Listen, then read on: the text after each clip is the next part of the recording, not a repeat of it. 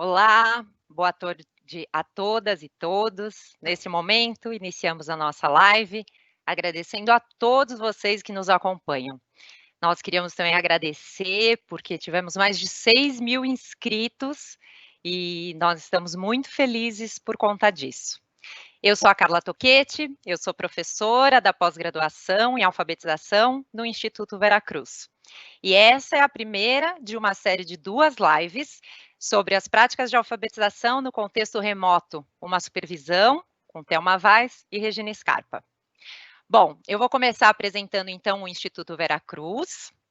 O Instituto Veracruz é localizado aqui em São Paulo, é uma instituição de ensino superior com foco principal em educação.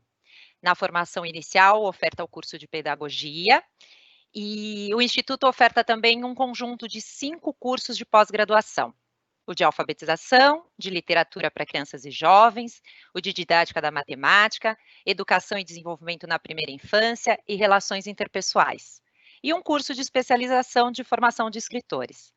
Além disso, o Instituto conta também com uma área de formação continuada, com programações semestrais de cursos, palestras, oficinas e de assessoria a redes públicas de ensino e escolas particulares. Bom, essas 2 lives são uma produção do curso de pós-graduação em alfabetização, relações entre ensino e aprendizagem, foram concebidas e elaboradas pelas professoras do curso, eu, Carla Toquetti, a professora Cristiane Pelissari e a professora Marli Barbosa.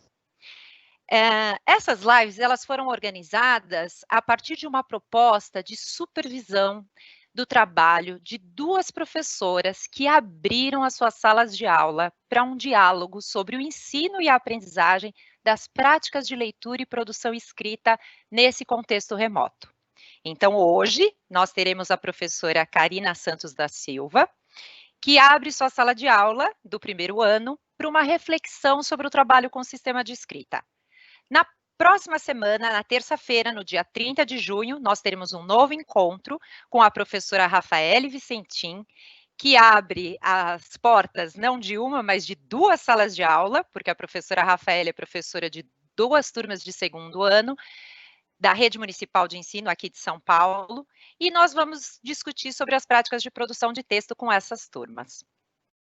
Bom, a proposta dessas lives é que a gente abra um espaço de reflexão para pensar em algumas questões. Então, uma das questões que nós levantamos é pensar como garantir as melhores condições para que as crianças continuem avançando em seu processo de alfabetização. Discutir a presença das 4 situações didáticas fundamentais: a leitura e a escrita pelo professor e a leitura e a escrita pelo aluno. Como garantir a interação como uma condição para ajudar os alunos a avançarem nos seus conhecimentos sobre a língua escrita. E também pensar em como manter uma oportunidade da interação entre os pares, a interação com o professor durante esse ensino remoto. Para a supervisão desse trabalho, do trabalho das 2 professoras, nós teremos a presença das nossas queridas Thelma Vaz e Regina Scarpa. Thelma Vaz é doutora em Psicologia da Aprendizagem pela USP, é a principal referência em alfabetização construtivista do Brasil, autora e supervisora dos programas de formação de professores alfabetizadores, o PROFA, no MEC, o Letra e Vida e o Ler e Escrever, aqui em São Paulo, na rede estadual. A Regina Scarpa é doutora em Educação pela USP e diretora pedagógica da escola e do Instituto Veracruz. E quem abre a sua sala de aula hoje é a nossa querida professora Karina Santos da Silva. Karina é pedagoga, é mestre pela Unicamp, com a pesquisa Tecendo Sentido sobre uma Escola Pública na Favela Real Parque, Narrativas, Experiências e Resistências. Foi nossa aluna na pós-graduação em alfabetização, aqui no Vera, e investigou sobre pontuação e textualidade. A Karina foi orientada pela Thelma, e hoje a Karina é professora alfabetizadora na Escola Ateliê Escola Caia, e além disso, a Karina é liderança comunitária da favela do Real Parque e integrante da coletiva Fiandeiras. Karina, muito obrigada por você estar aqui hoje com a gente, abrindo a sua sala de aula e compartilhando o seu trabalho. Obrigada, gente. É com grande alegria que eu estou aqui, né, participando da live, viva, né, comemorar e celebrar esse momento especial. Embora seja um momento também bem difícil, né, com relação a tudo que estamos vivendo, a pandemia, a educação, como está a situação. Mas quero agradecer o convite, o desafio aí posto, estar aqui agora com a Thelma, com a Regina. Também quero agradecer ao público presente, um agradecimento super especial às professoras e professores, né, de todo o Brasil, professores e professoras periféricas, professores das comunidades ribeirinhas, comunidades quilombolas, do campo, da cidade. Sabemos que a luta aí na área da nossa profissão é muito grande e veio muito antes da pandemia, né? E seguimos firmes no trabalho. Podemos começar no próximo slide, nesse slide. O que eu preciso dizer agora, quando eu estava fazendo o planejamento dessa apresentação, veio uma vontade muito grande de contar muitas coisas para vocês, todos. Mas também sei que o tempo é bem curto, né? E ao mesmo tempo, usar desse tempo curto com calma e paciência para poder conectar vocês ao meu trabalho, né? A minha trajetória profissional e também a minha trajetória de vida. E eu começo dizendo isso porque esse tema, alfabetização, é um tema que passa por esses lugares, passa pelo lugar da minha experiência profissional, da minha trajetória profissional e acadêmica, mas também passa pelo lugar da minha história de vida. Então, por isso que a alfabetização é um tema muito especial para mim e para toda a minha família também. Minha mãe é uma das pessoas também muito, muito importante nesse meu processo. Desde muito pequena, ela ensinou que a educação seria um caminho, né, de colocar os próprios filhos aí em outras condições, mesmo elas não sabendo ler e escrever, ela é a nossa mestre aqui, importante, e por isso que esse tema é tão apaixonante para mim, tão emocionante de estar aqui. Eu sou professora do Ateliê Escola Caia, minha turma é uma turma de primeiro ano. Atualmente, essa turma que eu peguei esse ano tem 18 alunos. Em outros momentos, né, em anos anteriores, essa turma também já foi composta por 20 crianças. Podemos seguir no próximo slide. Enquanto vai aparecer no próximo slide, é importante eu contar para vocês um pouco sobre o Ateliê Escola Caia. O Ateliê Escola Caia faz parte do Instituto Acaia, que é um instituto que ele surgiu em 1997, mas a fundação dele aconteceu em 2000. Ele está localizado na zona oeste de São Paulo, no bairro da Vila Leopoldina. Atende as famílias moradoras das favelas da Linha, da favela do 9 e do Singapura, Madeirite. Importante dizer que essa escola que eu atuo, ela é uma escola de tempo integral. As crianças chegam a partir das 7 horas da manhã. Nessa escola tem várias oficinas organizadas por ateliês de arte, de música, de canto, estilogravura, experiências científicas com as crianças também, rodas de leitura, e tem também a parte que eu estou diretamente envolvida, vinculada, né? É o primeiro ano, e essa escola, ela tem do primeiro ano ao 7º ano, atualmente, é uma escola de um experimento aí bem importante, bem especial, né? Uma escola nova, se a gente for pensar no tempo aí de abertura da escola como escola. Uma outra coisa muito importante para falar, que vai aparecer aí no meu trabalho, é que quando eu falo dessa escola, eu preciso também falar das condições que essas famílias, né, vivem. E quando eu estou falando dessas famílias, eu não estou falando delas isoladamente, né? Na verdade, as condições que elas vivem hoje, né, de desigualdade social, desigualdades educacionais, desigualdade racial, é um conjunto aí de fatores que reflete a nossa sociedade. E eu acho que seria muito importante eu colocar aqui para não correr o risco de criminalizar, né, ou criminalizar a pobreza, né, assim, que é um risco muito sério e que eu, como professora e também moradora, né, da favela do Real Parque, e já escutei muito, e eu acho que isso tem que ser colocado de uma forma bem respeitosa, entendendo que essa realidade está vinculada a essa sociedade que a gente vive, né? Então, são famílias que vivem uma situação muito complicada, né, de desigualdades,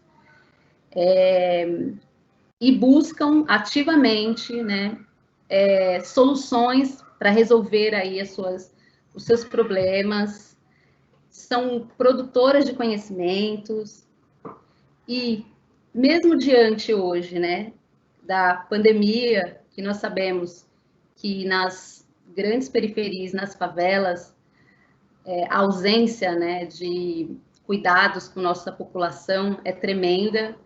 O que, infelizmente, tem chegado é a ação da polícia, mas é importante dizer aqui que a escola foi criando condições para que o trabalho continuasse, mesmo com a escola fechada, né? Podemos passar para o próximo. Eu trouxe essa imagem para vocês, eu gosto muito dela, para poder contar um pouco como que foi o momento que a gente precisou fechar a escola, devido à pandemia, né? Foi tudo muito rápido, como foi para muitos, né? Para toda a sociedade. Tivemos que fechar rapidamente a escola, e antes desse fechamento, nós tivemos que, toda a equipe, né, de professores, toda a comunidade escolar, teve que organizar materiais, organizar de forma emergencial, né, um conjunto de materiais que não estava vinculado só a materiais pedagógicos, mas que pudesse garantir minimamente um acolhimento dessas famílias e dessas crianças que estão, né, dentro de casa nesse momento. E sabemos que muitos direitos não são garantidos, né? Como mesmo uma moradia digna, né, a saúde. Então, a escola organizou, né, um kit de alimentação, uma cesta básica, um kit de higiene, e junto com esse kit todo, também um kit aí que a gente começou a chamar de um kit pedagógico, e eu precisei, como professora do primeiro ano, pensar, e agora, o que eu vou fazer, como eu vou organizar esse material, sabendo que essas crianças vão receber esse material em casa, estarão com a família produzindo isso, como que eu organizo tudo que já estava previsto e planejado desde o ano passado, como eu reorganizo todo o meu material. E aí, eu fiquei em busca de um fio condutor, né? Que fio que eu poderia construir nesse caminho que pudesse me ajudar a as crianças receberem este material de uma forma que elas pudessem se ver nesse material, que as famílias também pudessem ter esse contato dessa experiência dessa curta experiência que essa turma do primeiro ano teve comigo, de menos de 1 mês e meio. Então, eu estava num processo de construção de vínculo com a turma, eu estava num processo de mapear todas as dinâmicas de amizade da turma, porque é uma turma que já estudava na escola, na educação infantil, né? Então, eles já eram ali um grupo constituído e eu, como professora, estava chegando a este grupo. Então, eu estava exatamente nesse momento. E o que eu encontrei como caminho, né, fiz as adaptações necessárias ao projeto, e aí eu busquei nos registros que eu fiz, nesse curto tempo que eu consegui trabalhar em sala de aula, nas fotografias, num projeto que a gente tinha iniciado. Podemos passar para o próximo.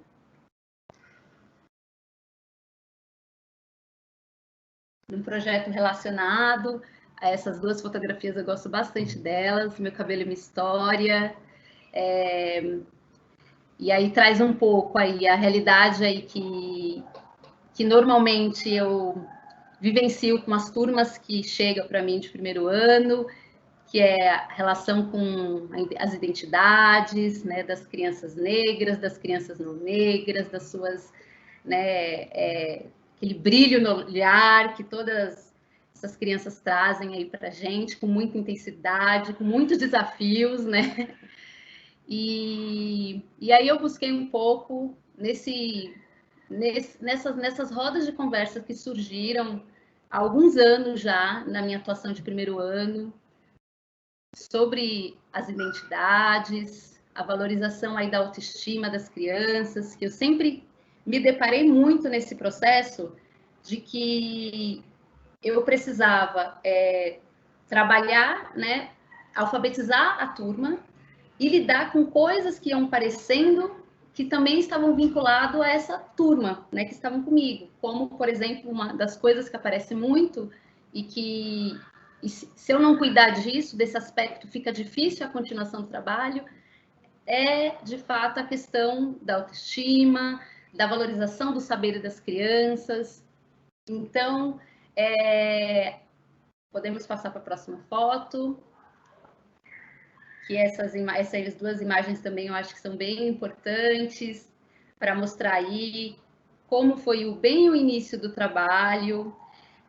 As crianças começaram a construir um mural de fotografias, e essas fotografias elas foram bem especiais, porque quem selecionou as fotos, as imagens, numa aula individual comigo, foi a Ana Beatriz, uma das meninas super inteligente, super amiga de todo mundo, e que eu vi no primeiro dia de aula que precisava ali uma conversa ali direto com ela, para ela poder colocar mais ainda esse brilho dela para toda a turma. Então ela fez as escolhas das fotos, e aqui mostra um momento que é um cantinho que eles estavam decidindo o nome para esse cantinho, que nome que ia ter esse espaço. Isso não tinha sido decidido ainda, porque estava super em processo. Podemos passar para a próxima. Aqui é um outro momento também, que aparece essa brincadeira de cuidado, de autocuidado, dos meninos envolvidos, né? Chamou, foi um envolvimento de toda a turma com essas fotografias escolhidas pela Ana Beatriz, que teriam outros processos depois, outras construções, e que aí chegou o momento que a escola precisou ser fechada.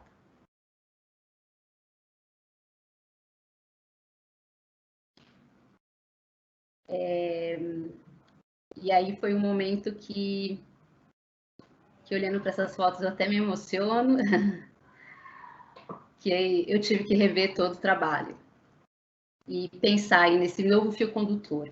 E como fio condutor, como eu tinha dito antes, eu fiz essa escolha, né, de investir muito em tudo que eu tinha de fotografia das crianças.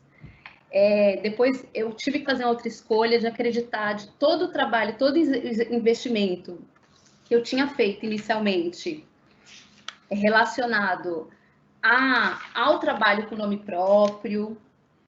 E aí eu acreditei nisso para seguir o trabalho dessa forma, as crianças em casa e eu na escola.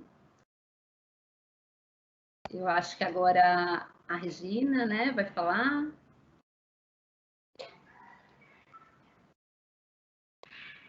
Karina, obrigada pelo seu depoimento, por você compartilhar um pouco do seu trabalho. Você disse que ficou emocionada e nós ficamos junto, ouvindo você, né, nos aproximando do seu trabalho. E você trouxe uma questão importante, que é como garantir as condições, como criar essas condições para que o trabalho continue. E eu queria pedir que a Regina, então, falasse, comentasse um pouco sobre esse contexto, né, tão singular que a Karina contou para a gente.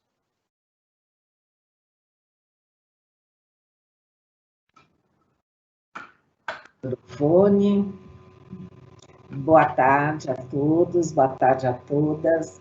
Eu gostaria de começar fazendo alguns agradecimentos, especialmente à professora Karina, que se preparou com todo cuidado para esse momento de supervisão pública, né, Karina? Agradecer a nossa tão querida mestra, Thelma Vaz, desejando muitas felicidades e muita saúde, aproveitando que ontem foi aniversário dela. Parabéns, Thelma. A Cris, a Carla e a Marli, pela iniciativa dessa live, todo o empenho para que a gente planejasse, pensasse da melhor maneira possível como trazer essa reflexão sobre a alfabetização para todos nós. A área de tecnologia da informação do Veracruz, que também não poupou esforços e fez reuniões para que tudo desse certo e tomara que dê, né? Continue dando tudo certo aqui na tecnologia.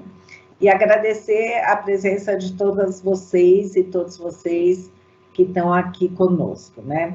Eu acho que nesses primeiros momentos aí, tendo a satisfação de ouvir a professora Karina, né, ela traz uma série de questões que foram as nossas questões aqui no Veracruz, assim como devem ter sido as questões de muitas de vocês e muitos de vocês que estão nos ouvindo, né? Primeira coisa, assim, como é que a gente mantém o vínculo das crianças com a escola, né, numa escola virtual? Como é que a gente faz isso, né, tanto na escola particular, mas especialmente na escola pública, cujas famílias, muitas vezes, não estão de posse das melhores ferramentas e equipamentos tecnológicos para sustentar essa escola virtual, né? Como é que a gente vai manter as crianças envolvidas, né, nas práticas de leitura e escrita, nessa fase inicial da alfabetização, para que elas possam continuar avançando e refletindo sobre o sistema de escrita, né? Como é que a gente pode puxar os fios de uma narrativa que, como a professora Karina estava nos contando, tinha apenas se iniciado, né, no ano letivo, fevereiro, março, o que dali, que já estava sendo construído com as crianças, a gente poderia puxar para que essa escola virtual não fosse uma completa descontinuidade do trabalho pedagógico, né? Porque seria mais difícil ainda construir esses sentidos com as crianças, né? Como no trabalho virtual garantir as interações de professores com crianças e entre crianças, que é uma das condições didáticas fundamentais para a reflexão sobre o sistema e para o avanço nos conhecimentos das crianças sobre a escrita, né? Outra pergunta que nos deixava sem chão, assim, quando se pensava em alfabetização, né, à distância, como lidar com as famílias como mediadoras dessa relação, né? das crianças, com os seus professores e com os colegas, né? Enfim, eram tantas perguntas, né, sem respostas, e aquilo que a Karina vai nos mostrando é assim, o quanto que numa perspectiva, né, na nossa perspectiva construtivista da alfabetização, né, e da aprendizagem de um modo geral, a busca de sentido é a bússola ética, né, é aquilo que nos guia. E isso é muito diferente de uma série de atividades descontextualizadas e isoladas para ocupar o tempo das crianças, né? Então, Karina, vamos continuar aí, eu vou devolver a bola para a Carla, que a gente quer saber mais. Obrigada, Regina. Regina, você trouxe contribuições muito importantes, né? E quando você fala sobre manter os fios conectados, né? Diante de tantas questões que foram colocadas com essa situação, né? Do contexto remoto, abre um bom espaço de reflexão e nós vamos, então, ver como a Karina foi encontrando respostas e encontrando caminhos possíveis, né, diante dessa situação, para que as crianças continuassem aprendendo, esse vínculo com a escola pudesse continuar sendo fortalecido. E a gente quer te ouvir, Karina, vamos lá. Eu acho que é muito importante eu retomar essa questão que a Regina colocou, né, de como lidar com as famílias, né, agora nessa situação, né, elas são as mediadoras, né, porque é importante a gente entender que as famílias não podem ser olhadas como 100% responsável por essa atuação agora, né, e que essa mediação é importante e que não substitui, né, a atividade aí profissional, né, dos professores e professoras, né, mas que nós, as escolas, possam orientá-las, né, para conseguir fazer esse acompanhamento, ter esse cuidado, esse olhar para esse momento que o que eu precisei fazer foi fazer um mapeamento muito cuidadoso de quais eu tinha que rever o momento ali da forma que eu estava trabalhando. Naquele primeiro momento, como eu contei para vocês, aquela coisa emergencial, fecha tudo, organiza material, envia. Estamos nesse processo também ainda, mas também a gente está embarcando no novo processo, que é esse experimento que eu vou apresentar agora aqui para vocês, que é embarcar nesse processo de que, bom, e agora, né? Ficamos aí um tempo nesse emergencial, necessário, importante, que tem que acontecer.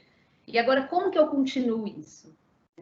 E aí, junto com a minha coordenadora, eu pensei numa possibilidade de fazer um atendimento individual, inicialmente, com as crianças da minha turma. Mas para acontecer esse atendimento, eu precisei fazer esse mapeamento de quais tecnologias essas famílias têm acesso. Quais são essas tecnologias? Que aplicativos do celular são mais usados? Qual é a mais democrática? Para eu conseguir iniciar essa nova fase desse trabalho, né? E aí, nesse mapeamento, eu vi que o WhatsApp é a ferramenta aí que todas usam, com autonomia, né, com tranquilidade. E nesse mapeamento, então, eu decidi que seria esse caminho, né, usando este aplicativo aí para fazer esse novo momento, entendendo todos os limites que se tem, se a gente for comparar com outros aplicativos, né, que a gente sabe que tem avanços aí melhores de qualidade de imagem, qualidade de som, de possibilidade de eu poder fazer várias coisas ali enquanto eu estou fazendo a aula. E lá no início da minha apresentação, né, estava relacionada a desafios e possibilidades, porque eu fiquei pensando, bom, o desafio está posto, né? O limite está colocado, então eu quero ver as possibilidades. Quero ver esse ponto aí de luz de continuar o trabalho. Fiz as primeiras ligações para as famílias, para algumas famílias, porque é um projeto experimento, é um piloto ainda. Foi esse combinado que eu fiz com a minha coordenadora, que seria uma coisa ainda menor e aos poucos iam se estendendo. essa ligação foi uma ligação um pouco para fazer esse combinado dessa aula, que está tendo um formato de agendamento, uma aula agendada, considerando a rotina também de vida da família, para ajustar esse tempo dessa aula, né, de ensino remoto, né? Então, não tem momentos que essa aula dura 20 minutos, tem momentos que ela dura 40 minutos, dependendo da situação que eu planejei. Isso tudo é antecipado para a família, é combinado. Eu faço uma orientação de que materiais tem que estar separado, né? Como que adulto pode me acompanhar, entendendo que esse acompanhamento é uma interação importante comigo, mas é também um momento para deixar essa família tranquila, ficar leve a situação, né? Poder dar risada, poder perguntar não entendi, porque eu estou entrando na casa, né? Dessas famílias, na casa dessas crianças, na intimidade dessas crianças. E como que eu faço isso de uma forma respeitosa? Então, isso sempre fica na minha cabeça, né? De como entrar nas casas, até porque, como eu disse inicialmente, essas famílias, elas estão tendo que lidar, né? Com a subsistência, tendo que lidar com as preocupações do trabalho, se conseguiu o trabalho, se perdeu o trabalho, se foi redução da carga horária de trabalho, e tendo que lidar com essa preocupação enorme que todas estão tendo da educação dos filhos, né? Esse valor, né, que se tem. Então, a atividade que eu vou apresentar agora para vocês é essa atividade de produção de legenda, que teve um propósito didático, né?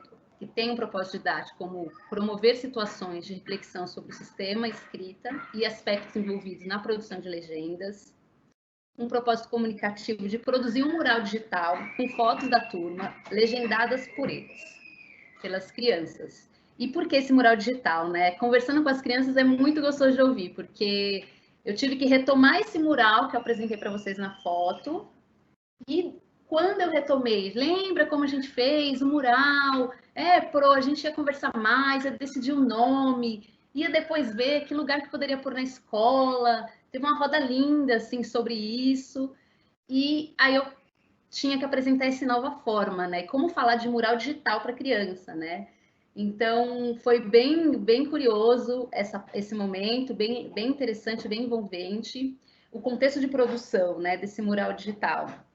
Eu fiquei pensando, bom, o que vai ser produzido? Legendas para a foto da turma. Para quem? Que foi essa uma boa conversa também. Para todo mundo. Manda para todo mundo, mas para todo mundo quem? Eu acho que só para as famílias. Estou nessa discussão de, bom, para as crianças que eu consegui fazer, então elas falaram, não, vamos mandar para as famílias, né? E os colegas da escola. E aí, qual seria esse portador? O mural digital. E que eles estão chamando de mural para mandar no celular. Né? Então, essa palavra digital não pegou ainda muito na turma, né? Em algumas crianças, mas eles estão entendendo que é um mural que manda pelo celular. É isso. Local dessa circulação, né? Como eu já disse, já antecipei no grupo de WhatsApp da turma. Podemos passar. Bom, eu separei aqui um protocolo da atividade. É um trecho, porque o protocolo é maior que isso, eu precisei fazer um recorte. E é um trecho de uma aula que eu estou conduzindo com o Carlos, que vai produzir uma legenda de uma foto que é escolhida por ele. Antes dessa aula, nós tivemos uma aula anterior, que foi uma aula que a gente analisou outras legendas, outros materiais, né? Uma aula para modelizar aí a criança, o Carlos, no caso. Então, teve esse momento. E eu vou ler um pouquinho o trecho para vocês, que eu separei. Protocolo da atividade. Eu vou tomar um golinho de água. Vamos lá. Então, eu relembro com ele a atividade, né? Professora, você lembra que na aula passada mostrei para você 3 fotos das suas professoras? Uma foto minha, outra da Andressa e também da Sofia. O Carlos. Lembro sim. Você estava com um livro na mão. E eu confirmo. Isso mesmo. Tinha alguma coisa ou um texto escrito junto à foto? E o Carlos me responde. Tinha, Pro. Na sua foto, na foto da Sofia e da Andressa. vocês estavam mostrando o que estão fazendo em casa, que essa era a nossa conversa. O que a gente está fazendo em casa nesse momento de trabalho à distância? Eu questiono ele. Como você ficou sabendo dessa informação? Esqueceu? Ele me responde. Esqueceu que você leu tudinho? Eu questiono novamente.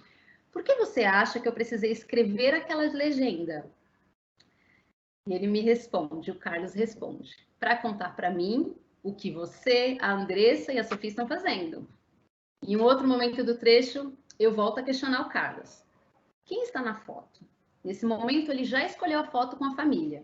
A mãe estava acompanhando, a Márcia, e aí ele tinha acabado de escolher a foto. E eu pergunto para ele, quem está na foto? E o Carlos responde, o Kenzo e o Lorenzo. Eu questiono novamente, o que estão fazendo? O Carlos, ele responde, eu acho que eu lembro. E a mãe participa, me ajudando nesse momento. Qual é a lição, filho? E o Carlos responde para a mãe e para mim ao mesmo tempo, fazendo lição. Estão na sala de aula, acho que é o dia da roda dos penteados, nas práticas de linguagem. E aí a gente já começa a seguir aí nesse protocolo.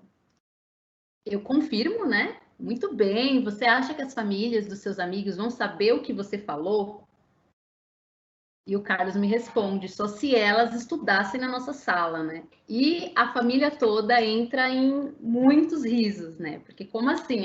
Todas as famílias estudando dentro da sala do primeiro ano, o que seria isso, né? E aí é um momento muito descontraído de todo mundo em casa. E eu continuo com as minhas intervenções e perguntas, né? Agora me diz, sem pegar no lápis ainda, o que você vai escrever? Vamos pensar. Como podemos começar? E o Carlos começa a me responder. Eles estão na lição. Eu questiono novamente. Eles estão dentro da lição? Risada novamente. A casa toda para e começa uma risada gostosa, descontraída. Não estão dentro da lição. Eles estão fazendo. E eu confirmo, então, né? Então, vamos lembrar como ficará. Confirme e já começo a trazer novamente a questão de o que vamos escrever, né? E o Carlos, eles estão fazendo... E para um pouco, eu questiono novamente, fazendo o quê? O quê? Eles estão fazendo a lição. E eu questiono novamente, quem são eles? E o Carlos, o Kenzo e o Lorenzo. Você acha que é legal colocar o nome deles na legenda? Ele super animado responde, sim, sim. E eu questiono ele, como vai ficar? Ele vai ficar legal. E nessa hora eu começo a dar bastante risada com a resposta dele, genial, né? De que vai ficar legal colocar o nome, e enfim. E eu sigo aí. O que a gente chegou no combinado do planejamento aí oral, né? Desse texto, que foi escrito depois. Então, nós chegamos nesse combinado. Kenzo e o Lorenzo estão fazendo lição de práticas de linguagem. E agora vocês vão perceber o que aconteceu no meio do caminho desse combinado. Eu questiono então o Carlos. Tem algum nome da turma que pode ajudar a escrever Kenzo? Ele me responde, tem o seu nome. Eu lembro que seu nome é igual a do Kenzo. E aí eu tento trazer dele outros nomes, né? Uma tentativa ali. Será que tem outro nome melhor? Ele, não, Pro, escreve o seu nome para eu ver como é. Então, aí na minha lousinha aí, aparece o momento que eu escrevo o meu nome. E ele está com o caderno dele ainda em branco. É importante eu falar aqui, nesse caderno dele em branco, que teve um combinado muito importante com a família, né? Com quem estava ali mediando a atividade comigo, que era, em vários momentos, a família, né, a pessoa que estava, o adulto que estava acompanhando, copiava do que eu tinha acabado de escrever nessa lousinha, copiava num papel em casa, isso já tinha sido um combinado antes, né, a palavra que o Carlos pediu, então, no caso, a Márcia escreveu Karina no papel dela em casa, e isso foi acontecendo ao longo de todo esse processo que vocês estão vendo. Bom, aí eu pergunto para ele, eu escrevi o meu nome, Karina, por que o meu nome te ajuda a escrever Kenzo? Ele responde, começa igualzinho. e acrescenta o K. Fica pensando um pouco em voz alta, dizendo quem, apaga a letra A e coloca o E. E nem me pergunta se apaga, se não apaga, ele fica numa espontaneidade incrível dele, e que eu fiquei muito feliz por isso também, e ele apagar e coloca o E. E aí aparece assim na minha lousinha, a minha, né, com o meu nome e ainda o caderno dele já com alteração. Eu peço para ele ler, ele lê, podemos passar para o próximo. Você acha que já terminamos de escrever Kenzo? Ele, Pro, agora é o Kenzo, a parte do Zo. E o Carlos, Pro, escreve Zo. E é interessante que essa palavra vem no momento que outras pessoas da família começam a falar, eu acho que essa palavra ajuda. Zorro ajuda, vem uma voz, né, da família e é por isso que ele traz essa informação. E aí aparece na minha lousa Zorro e na lousa dele ainda não apareceu nada que ele vai acrescentar na próxima. Vamos ver. Ótimo. E aí aparece. Que parte do Zorro poderá ajudar a escrever o nome do seu amigo? O começo, acho que ajuda. E aí aparece no caderno dele, ali com a informação, né, destacado, para vocês poderem acompanhar, o Z e o O que ele acrescentou. E a gente conversa um pouco e aí ele vai acrescentando. Kenzo, eu, Lorenzo, o tempo inteiro ele está falando do nome do Lorenzo, oralmente. E vocês vão ver que na escrita final não aparece Lorenzo, porque ele está tão convicto que ali já estava escrito Lorenzo, e aí vem um limite técnico aí, né? Dessa situação à distância, que eu não estava ali presente com ele, que isso foi um aspecto que eu já planejei para uma situação de revisão, mas vou continuar aqui. Pro, como eu escrevo estão? Tem algum nome que você conhece que pode ajudar? Ele rapidamente fala, ex-marido. E nessa hora, teve uma troca do adulto que estava mediano. Era o pai dele que estava... Ele tinha chamado o pai. Quando eu falei para ele, então vamos começar a escrever a legenda. Ele, pera um pouquinho, deixa eu chamar meu pai. Aí aconteceu essa troca no meio da atividade. E aí ele fala, ex-marido. O pai olha para ele assim, filho, acho que estado é melhor. E aí ele pede para eu escrever. Escreve estado, Pro. E aí eu escrevi estado na minha lousa. Na próxima lousa, no caderno dele, a gente vai ver o que ele começa a fazer. Então, ele coloca lá Kenzo e Lorenzo e já acrescenta o começo o início da palavra estado. Este fica, né? Podemos seguir.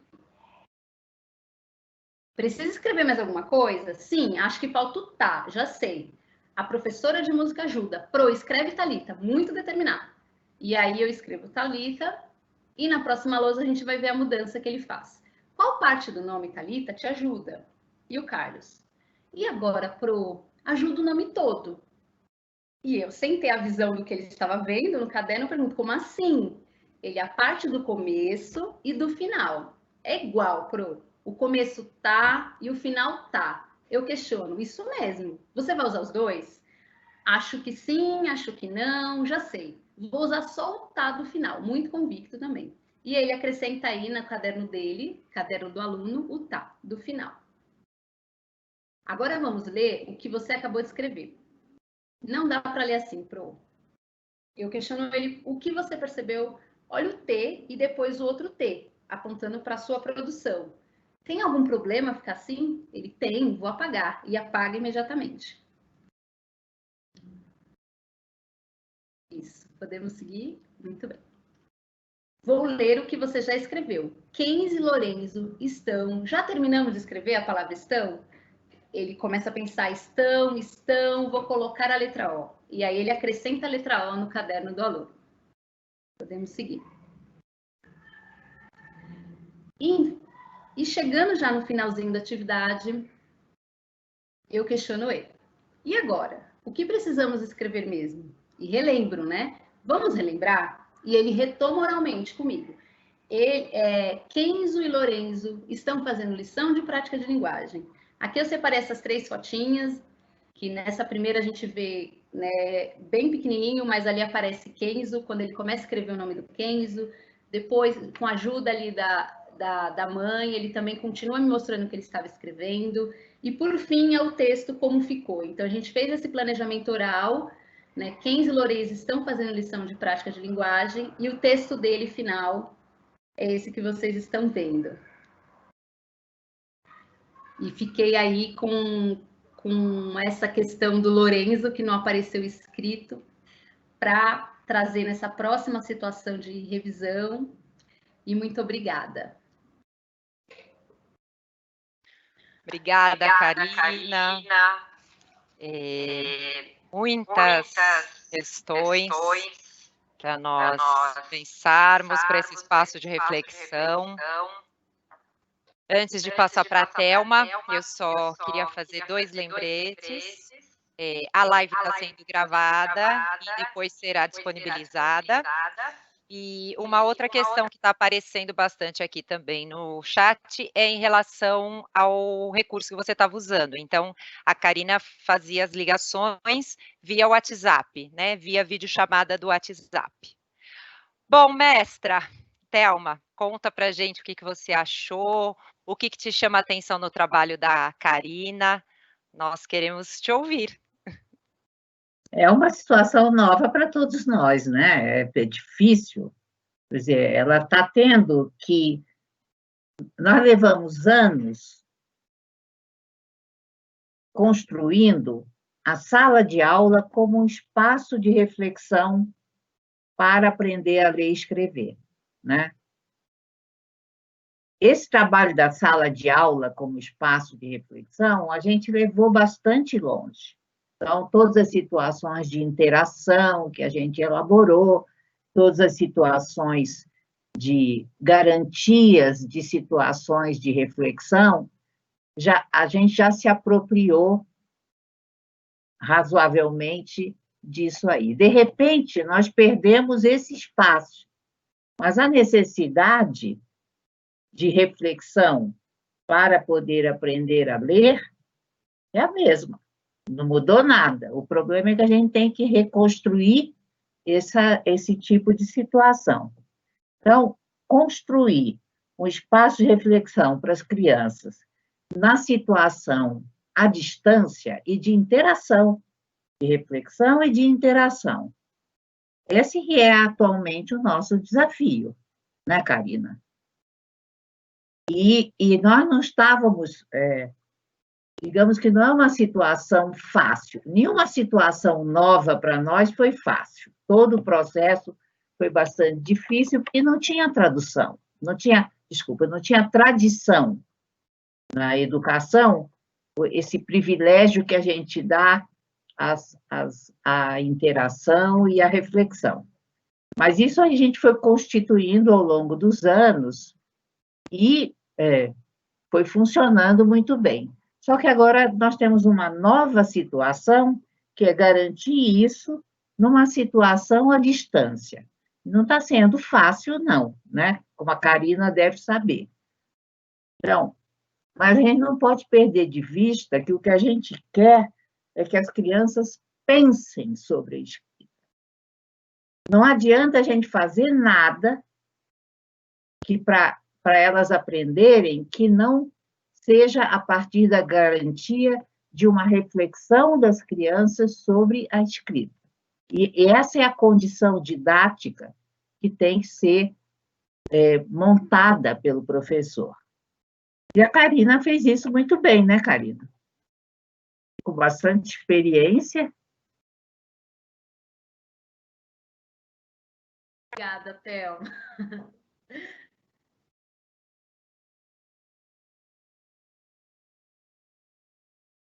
Muito bom te ouvir, Thelma, e você recupera algumas questões das condições, né?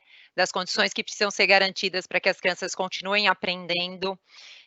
Quando você fala, né, da questão da interação, da reflexão, e de criar essas condições para que as crianças continuem pensando sobre a escrita. O quanto o trabalho da Karina abre possibilidades para pensar nesses caminhos, né? Bom, agora eu passo a palavra, então, para a Regina. Regina, quero também que você conte para a gente, né, as suas impressões, o que você está pensando aí depois de chegar mais perto do trabalho da Karina.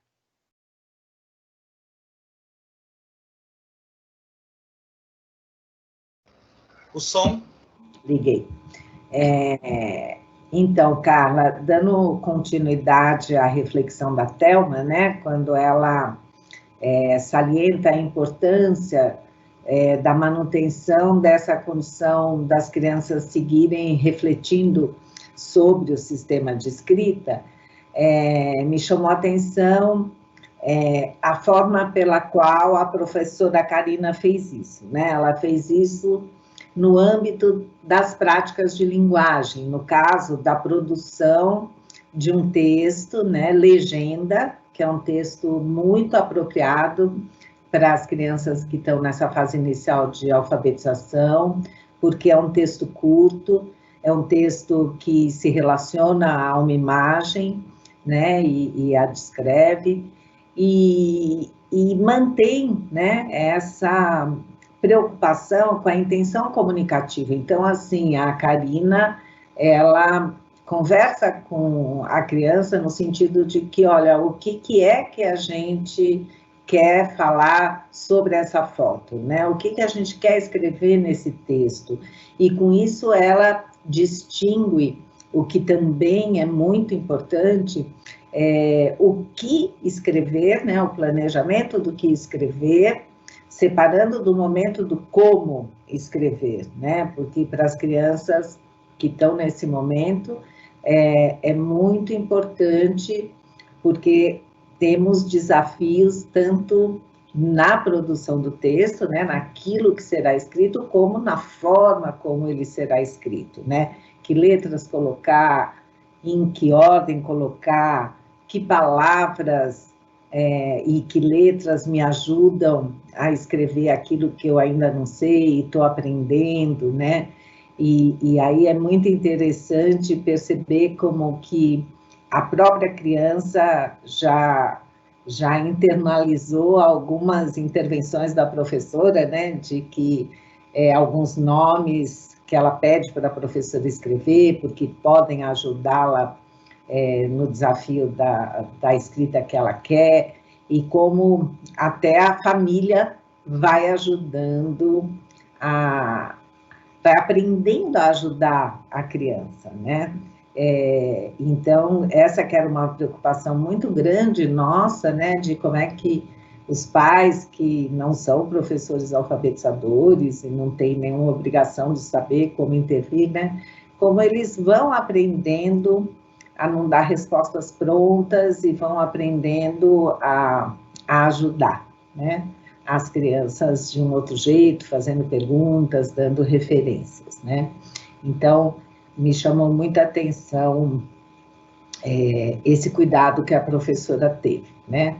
Outra questão que eu achei muito interessante foi como é que ela foi puxando, né, desse projeto que ela tinha iniciado no presencial, a continuidade do trabalho a partir da pesquisa, com que meios tecnológicos ela podia atuar, né? Então, é impressionante a gente ver como que, quando a gente tem, né, mais segurança, mais conhecimento didático de alfabetização, a gente vai indo atrás das melhores condições de realização desse trabalho, que foi isso que a gente foi vendo, e como é que a Karina foi mantendo boas intervenções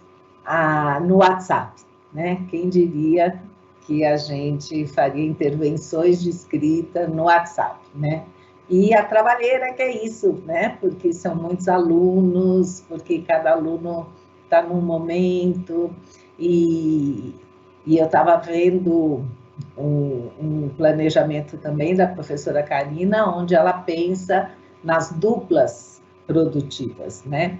Depois, se der tempo dela comentar, se foi possível ela também fazer alguns trabalhos em duplas, e se, em caso afirmativo, se foi produtivo, né? Se foi bacana, o que as crianças puderam discutir juntas. É isso. Obrigada, Regina. Regina também traz aí aspectos, né, Karina, para a gente pensar, né? Então, em relação à produção de legendas, que acho que é uma questão bastante interessante da gente discutir, né, sobre essa sua proposta, a questão em relação a esses agrupamentos, né, a interação entre as crianças, que eu acho que valeria a pena você contar para a gente também, e essa questão que está, né, o tempo todo em jogo, que é a questão dos vínculos, né, aproximando a escola dos alunos, mesmo diante desse contexto, né. Então, queria agora que você falasse um pouco, comentasse a partir do que a Regina e do que a Thelma trouxeram, que você faça novas perguntas. Vamos lá. É um trabalho de formiguinha, né, gente? Bem de formiguinha, bem de aos poucos, porque como eu estou usando essa ferramenta, né, do WhatsApp, né, que é a ferramenta mais democrática aí que eu fiz nesse mapeamento das famílias inicialmente, o trabalho tem esse teste, né, esse piloto, né, esse experimento tem sido muito aos poucos. Então, esse momento da interação, que eu já estou estruturando esse momento da interação das duplas, né, ele, além de eu ter que considerar, né, a hipótese da criança, eu vou ter que considerar também os vínculos afetivos entre as famílias. Então, tem um trabalho anterior que eu estou já rascunhando, estruturando, planejando, que para acontecer esse trabalho em dupla, com a dupla produtiva, eu vou ter que considerar esse aspecto também, né? Tanto essa parte que a gente já sabe que é importante, né, do critério, né, das hipóteses, mas também com esse cenário novo, como a Thelma falou, que é novo para todo mundo, ter que também pensar nesses vínculos familiares, para ser um princípio também de cuidado, pensando que duas famílias vão estar, né, mostrando aí a sua própria casa, a sua própria, né, privacidade, então ter esse cuidado. Então, Regina, eu acho que vai ser muito bom depois poder trocar mais uma vez com vocês, para poder trazer essa questão, né, de como aconteceu essa interação, né, com o WhatsApp, né, qual foi a possibilidade, né, e que limite teve também, né, algumas coisas eu já tenho percebido, mesmo no atendimento individual. Eu recebi aqui uma pergunta no particular de uma pessoa que está assistindo a gente, que perguntou, bom, mas como que foi? Você ligava e aí acontecia a aula, e aí é exatamente isso, né? Uma ligação, um atendimento individual agora, está sendo inicialmente mesmo, e já construindo esses passos aí para futuramente acontecer essa interação que a gente tanto acredita, né? Que é fundamental, mas que hoje está sendo atravessada por essa questão do ensino remoto, né? Como fazer isso com todas essas condições que eu apresentei aqui para vocês. Eu tenho uma dúvida, que pensando depois que voltar, quando surgir essa possibilidade aí da volta presencial, como organizar o trabalho, como organizar o trabalho, como pensar, como estruturar tudo isso, sem que eu faça uma prática que vá, assim, da minha perspectiva, uma vontade muito grande para tudo acontecer, para que todo mundo saia lendo, escrevendo, e eu sei que a situação é outra. E como, que eu tenho que pensar, que critérios eu tenho que tomar, né, cuidado aí, para poder pensar futuramente aí esse meu trabalho presencial.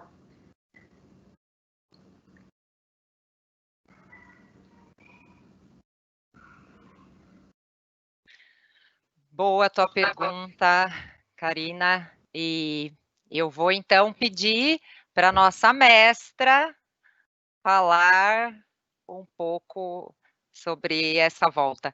Antes disso, eu só queria lembrar que o chat está aberto, né? Nós já estamos recebendo muitas perguntas, mas quem está participando pode enviar suas perguntas. Nós, né, no final, abriremos um espaço daqui a pouco para pensar sobre essas perguntas, para buscar respostas. E então, participem, enviem suas perguntas, tá bom? Bom, Thelma, você fala disso ou a gente passa para a Regina? Passamos para a Regina, então? Pode ser, Regina? Queria falar direto com a Karina. Isso, então. Você vai falar agora a partir da Karina. Isso aí. Então, posso falar? Estão me ouvindo? Então, Karina, eu fiquei pensando que uma das coisas que eu observei que seria muito... Eu sei que você está lidando com o celular, que por isso que está essa relação professor-aluno, que é quase uma aula particular, né? Mas a gente precisa construir o coletivo, não porque é uma escola ou porque é uma sala de aula, é porque o coletivo é fundamental para a aprendizagem, né? Então, eu fiquei pensando, por exemplo, o que é que a gente faz normalmente numa sala de aula de primeiro ano? Qual é o nosso texto base, a nossa cartilha? Eu costumo dizer que a cartilha do primeiro ano é a lista de chamada. Então, eles já tinham uma prática de usar a lista de chamada, de buscar os nomes na lista de chamada? Já tinham? Eu não estou te ouvindo, Karina. Dá para botar a Karina para falar? Pronto, deu certo. Sim, Thelma, é bem importante esse aspecto. Sim, né, a lista de chamada aí, né? Na verdade, lá a gente está numa situação de ajudante do dia e com muitos usos dos nomes da turma, da lista de chamada, né? Então, isso sim. Tanto é que ele, o Carlos, que eu apresentei agora, né? Ele se referiu muito, né? Também a nome de professor, porque também nessa lista, além dos nomes dos alunos, tem a lista dos nomes dos alunos, mas como é uma prática que foi um pouquíssimo tempo, né, gente, de trabalho, mas de alguma forma isso já estava aí como um procedimento importante.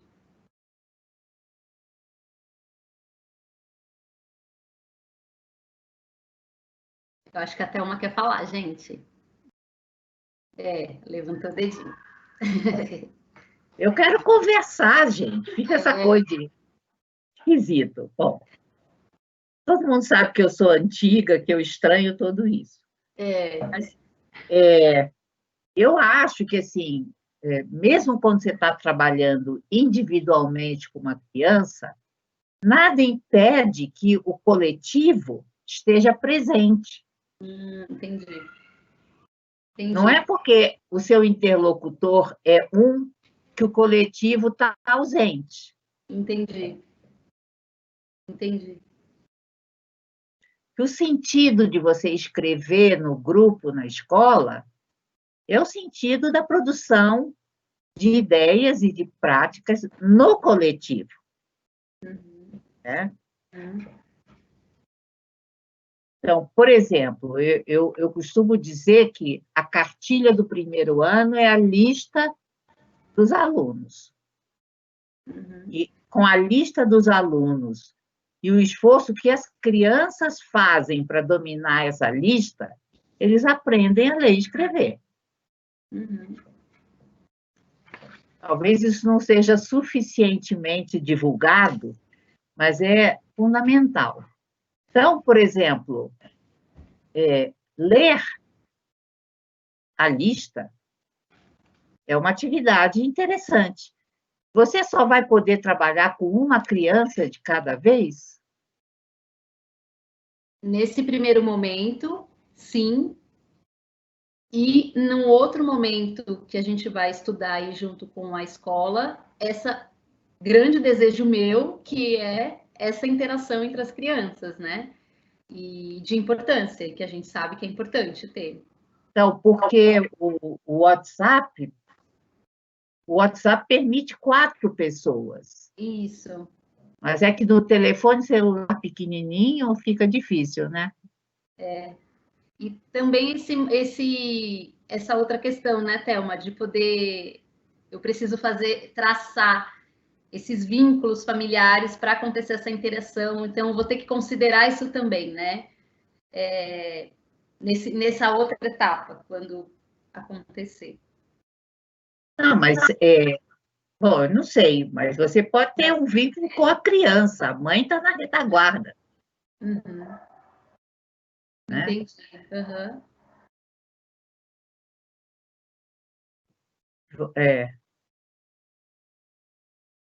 Muito bom, Thelma. Muito boa as questões, a reflexão que você traz e tenho certeza, né, Karina, que faz a gente pensar em muitas coisas, Uhum. né? Eu queria propor uma questão para a Regina, né? E penso que tem a ver com essa questão que a Karina trouxe, né? De como continuar o trabalho. E eu queria que você falasse um pouco, Regina, sobre essa ideia da continuidade do trabalho, como articular, né, esse trabalho que está acontecendo no contexto remoto, com a volta às aulas, né? Queria que você falasse um pouco sobre isso.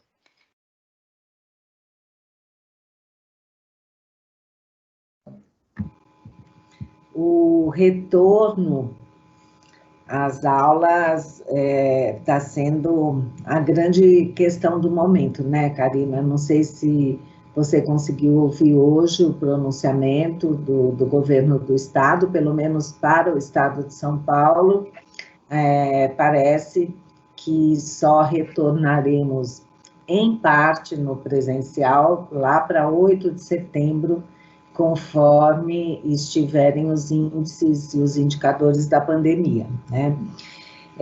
Isso significa muitos desafios para a gente que está na escola, na linha de frente, com alunos, com famílias, que tem muitas perguntas, alunos desejosos de voltar para a escola, né? Famílias também precisando que seus filhos voltem para a escola, e a gente tendo que lidar com muitas coisas, né? Primeiro, pensar que estamos todos responsáveis pela segurança, né, da saúde de alunos, profissionais, e com todo cuidado para que esse ambiente coletivo, né, não seja um foco de contágio, né? Então, a preocupação com a saúde de todos é nossa responsabilidade, e a gente vai ter que seguir os protocolos de saúde.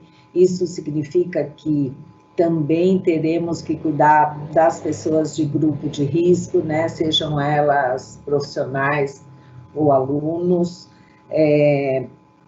Parece que teremos no estado de São Paulo, inicialmente, apenas 35% dos alunos na escola.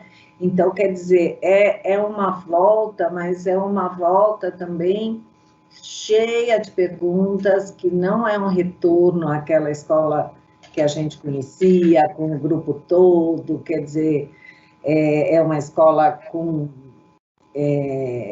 protocolos de distanciamento, 1,5 metro entre as crianças. A gente sabe que para as crianças pequenas isso é um desafio enorme, né? Então, eu acho que a gente vai ter que pensar num primeiro mês de muito acolhimento, né? De muita escuta, de ouvir o que as crianças têm, né? Que expectativas elas estavam tendo para esse retorno, né? No meio de tudo isso, acho que a gente também tem que ir identificando aqueles que puderam avançar em suas aprendizagens em relação ao tema da alfabetização, que é o nosso, né? Aqueles que não, que vão precisar de mais apoio, né? Então, eu acho que a gente precisa ter um programa bem pensado de apoio à aprendizagem para aqueles que precisam, né? Até essa questão da interação, né, essa cena tão comum numa sala de aula de alfabetização, que são 2 ou 3 crianças em torno de letras móveis, pensando juntas, de papel, de lápis, escrevendo juntas, cada uma querendo escrever uma coisa, tudo isso também não vamos ver tão cedo, né? Então, eu acho que vai ser um desafio, né? E a gente tem que cuidar para ver, né, quais são as crianças que estão precisando de mais apoio e, inclusive, a gente pode pensar em como evoluir nesse ensino híbrido, né? Que o ensino híbrido, ele é compreendido não só como esse mix, né, de ensino presencial com ensino remoto, mas também como uma possibilidade de personalização maior, né, das atividades para as crianças ou para subgrupos de crianças que estão com necessidades próximas de aprendizagem. Então, eu acho que a gente vai ser desafiado a diversificar muito as propostas, a pensar o que no presencial é muito melhor, né? Porque fica difícil de fazer no virtual, então, que atividades no presencial da escola valem a pena ser feitas, atividades de artes, atividades de educação física, enfim, atividades que no remoto, por mais que a gente tenha sido muito criativos, né, fica mais difícil, e que atividades que deram certo, né, então também fazer uma avaliação das práticas propostas nesses meses que a escola funcionou virtualmente, para ver o que deu certo e então pode ser mantido como propostas de atividades nesse ensino híbrido, né? Depois, acho que a gente pode também sistematizar, né, muitas coisas do que nós aprendemos nesses 3 meses, porque eu acho que aprendemos muito, acho que as crianças tiveram um avanço enorme em relação ao uso das tecnologias, né? Acho que em algumas práticas elas serão incorporadas, elas vão permanecer, né? Pelo valor que elas tiveram como oportunidade de aprendizagem para as crianças, né? Então, eu acho que ao mesmo tempo que é uma hora de fechamento, de avaliação, né, de sistematização, também é um momento da gente passar de uma situação que a gente funcionou mais no emergencial, né, mais reativamente, para uma situação de maior intencionalidade, de maior proatividade.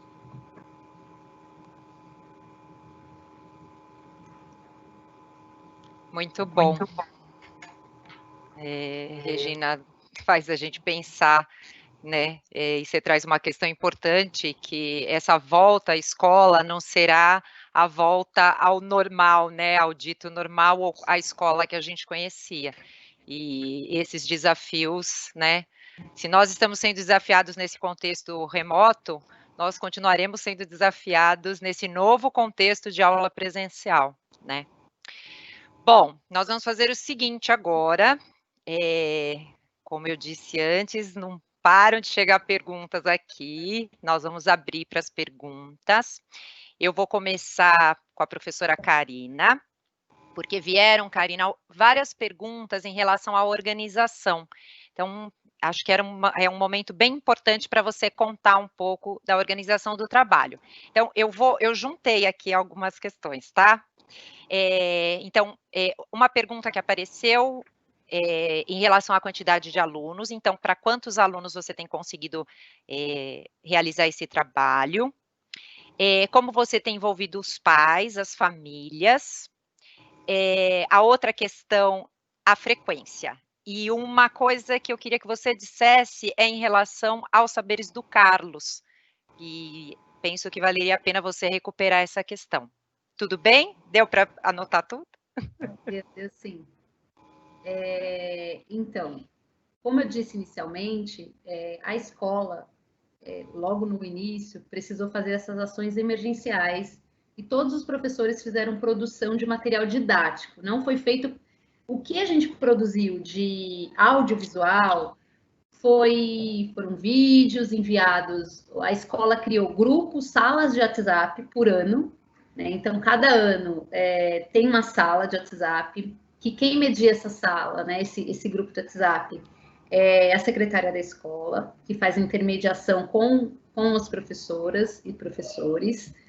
Então, não houve nesse primeiro momento produções em plataformas digitais, porque por conta mesmo da realidade do público que a gente atende, né? Então, seria inviável, por exemplo, produzir e organizar rapidamente, e a escola teria toda a condição para isso, plataformas e tudo, logo no início, né? Sem ter os acessos, né? Sem ter a participação das crianças, sem ter a aula em si. Então, ia ser... Então, a gente precisou investir por um tempo grande mesmo, nesses envios de materiais, e cada professor foi pensando aí nas características da sua turma, né? Então, foram materiais impressos, enviados de 15 em 15 dias, pensando um pouco na organização, né? Para o público entender como foi essa organização. Então, a cada 15 dias, né? A primeira remessa foi, aí 15 dias depois, a escola fez uma organização muito cuidadosa de poder as famílias entrarem na escola para retirar essa segunda leva de material, que não era só o material impresso, mas também esses kits que eu mencionei no início, né? Da cesta básica, do kit de higiene, que tudo isso aí compõe essa educação integral aí, considerando que a gente vive uma desigualdade social extrema, né? Então, não houve essa parte de plataforma. Agora, como eu disse, tem esse novo momento que a escola conseguiu, com outras parcerias, né? Compras de computadores para os alunos mais velhos, e isso a gente está muito feliz, estamos vibrando. Então, alunos de 5º, 6º ano com os computadores, podendo trabalhar com uma plataforma que foi criada e que está nesse processo. E primeiro ano, e segundo ano, e terceiro ano, está nesse momento de estruturação. E o primeiro ano com esse projeto piloto, projeto piloto de experimento, com esse atendimento inicial, que é individual, né, que é nessa ligação, o passo a passo disso, focando um pouco no passo a passo, né, que foi uma das perguntas aí. Na minha semana, né, eu organizei de uma forma que eu pudesse, primeiramente, atender um mesmo grupo de alunos, né, então 3 alunos participaram desse primeiro momento, né, 3 alunos. Então, na semana, né, cada dia da semana, eu atendi esses 3 alunos, entendeu? Então, fazia atendimento desses 3 alunos, e aí, numa outra semana, que é essa próxima aqui, né, que se segue, que vai continuar o meu trabalho nisso, eu vou atender mais outros 3 alunos, e assim se segue para eu conseguir poder fazer esse atendimento das 18 crianças. O tempo é um desafio muito grande para mim, e quando eu falo do tempo, é que quando eu agendo essa aula, por conta mesmo da tecnologia, de pouca tecnologia, de acesso à internet, inclusive, pode acontecer que aquela aula que estava agendada para as 2 tem que mudar para as 4h30, por exemplo, no dia, mesmo estando tudo organizado, tudo agendado. Então, tem uns limites que vão acontecendo no caminho, e o tempo, que é essa vontade, né? Da minha parte, a minha vontade era, na semana, conseguir atender, segunda-feira, atendi todos os 18. Terça-feira, assim, um desejo, uma vontade imensa que fosse dessa forma, né? Mas conversando com a Teca, que é a minha coordenadora, ela falou, vamos aos poucos, vamos com cuidado, vamos fazer uma coisa pequena primeiro, analisar tudo que dá certo, tudo que não deu. Aí a gente passa para uma segunda etapa, para que não gere expectativa também, né, para essas famílias, né? Como que eu faço uma ligação e conto, gente, agora vocês vão ter aula agendada por telefone, eu vou ligar, vai ser atendido. E aí acontece coisas no meio do caminho que tem a ver com tudo isso que eu estou dizendo para vocês, esse cenário todo, e que não garante aí, né, esse contrato e essa credibilidade, né, da escola, né, do papel da instituição escolar com essas famílias que estão sendo atendidas, né? Então,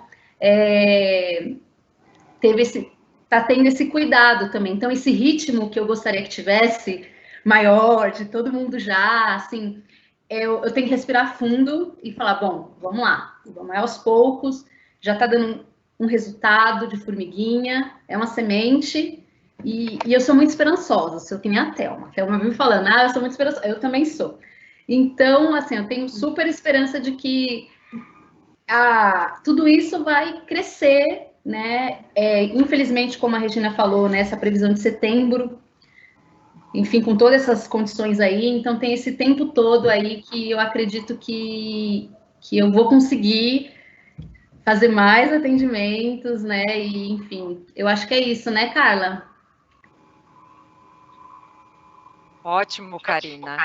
Você traz questões, né? Eram questões que estavam aqui aparecendo no chat.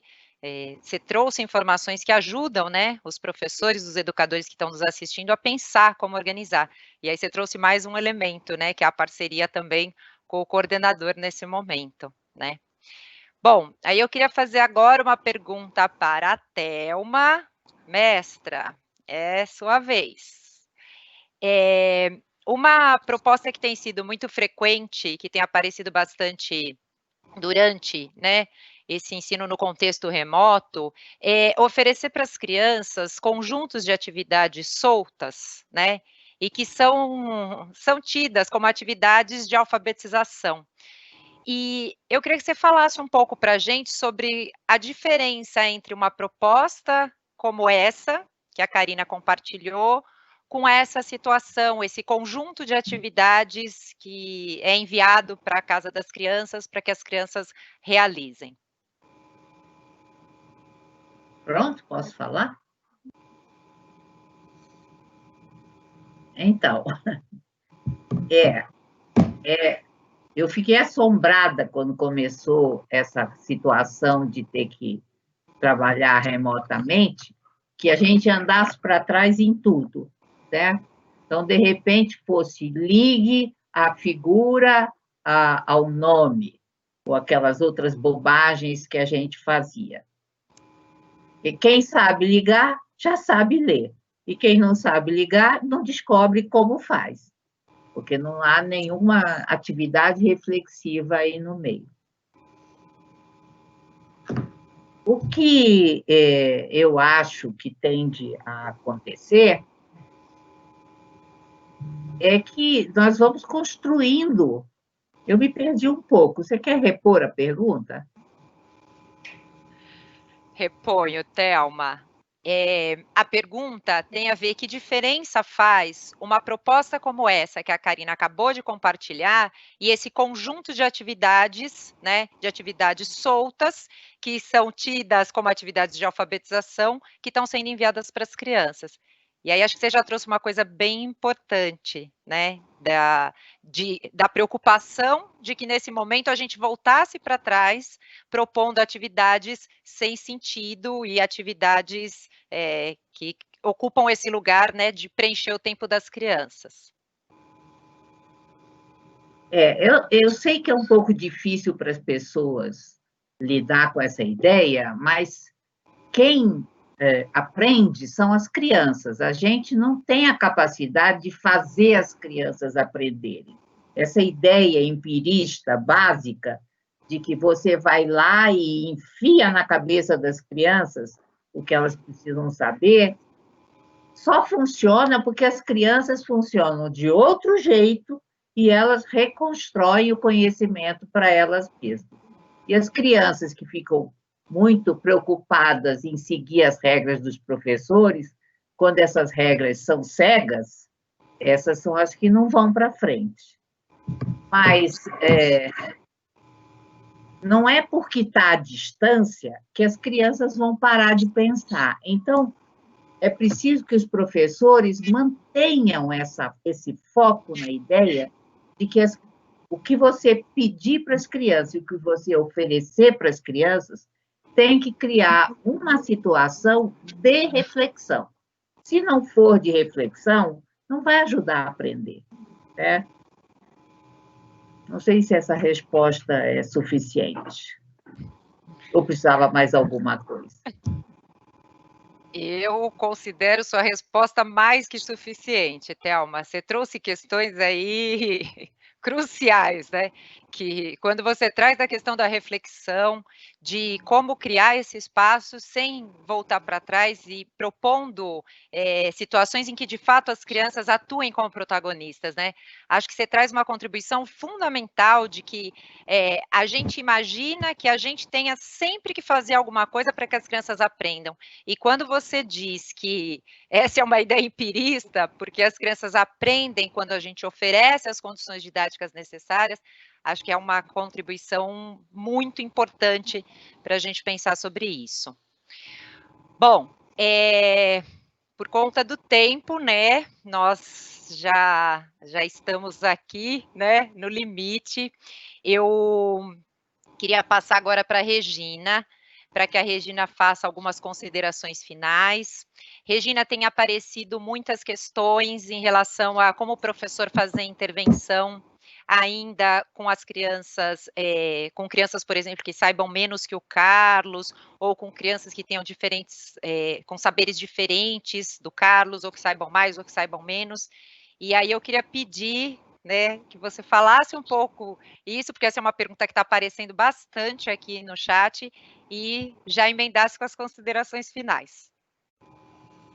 Bom, eu acho que quando a gente falava, né, de manter o vínculo com aquilo que estava acontecendo no presencial, né, isso vale também para que conhecimentos sobre a escrita cada criança tinha, né? Então, em que hipótese de escrita a criança estava naquele momento, se elas avançaram. Então, assim, não perder esse elo de ligação com a possibilidade de enxergar as reais possibilidades das crianças, né? Porque a boa intervenção é aquela que dialoga com aquilo que a criança está pensando e com as possibilidades dela avançar a partir da problematização daquilo que ela sabe e não sabe,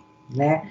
Eu acho que um risco que a gente corre, né, principalmente, corre no presencial também, mas no virtual a gente corre muito mais esse risco, é da gente fazer propostas de atividades em que as crianças só tenham que colocar em jogo aquilo que elas já sabem. Isso é muito comum, né?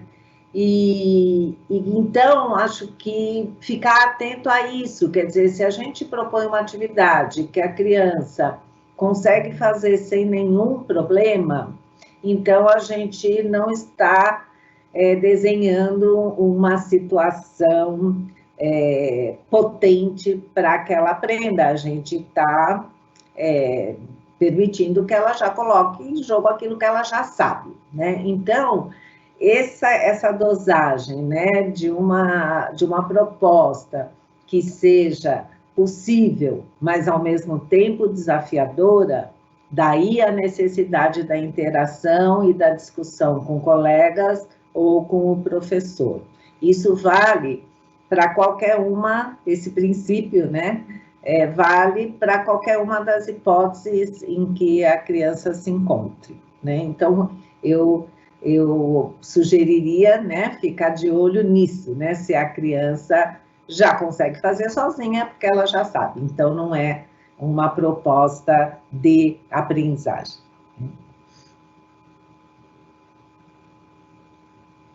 Cara.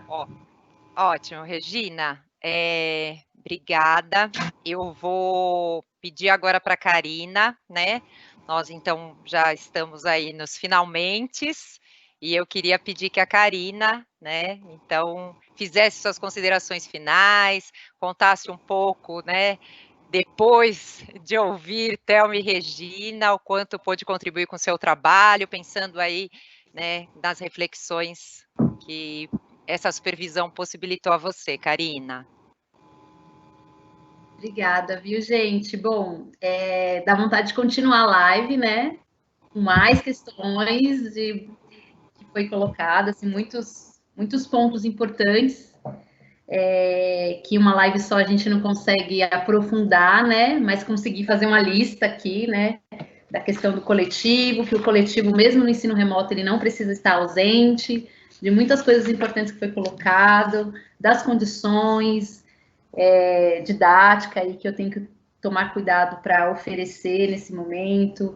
Essa questão do colocar em jogo, né, o que já sabem, olhar para isso, né, se a criança, isso que a Regina acabou de dizer, eu coloquei aqui como algo muito importante aí para se pensar, para eu pensar, né, e olhar aí para como as crianças, né, no diagnóstico inicial, como que mapeamento eu tenho disso e cuidar disso, e assim, só tenho a agradecer, né, gente, pelo convite, por essa troca que tivemos hoje, por essa oportunidade também.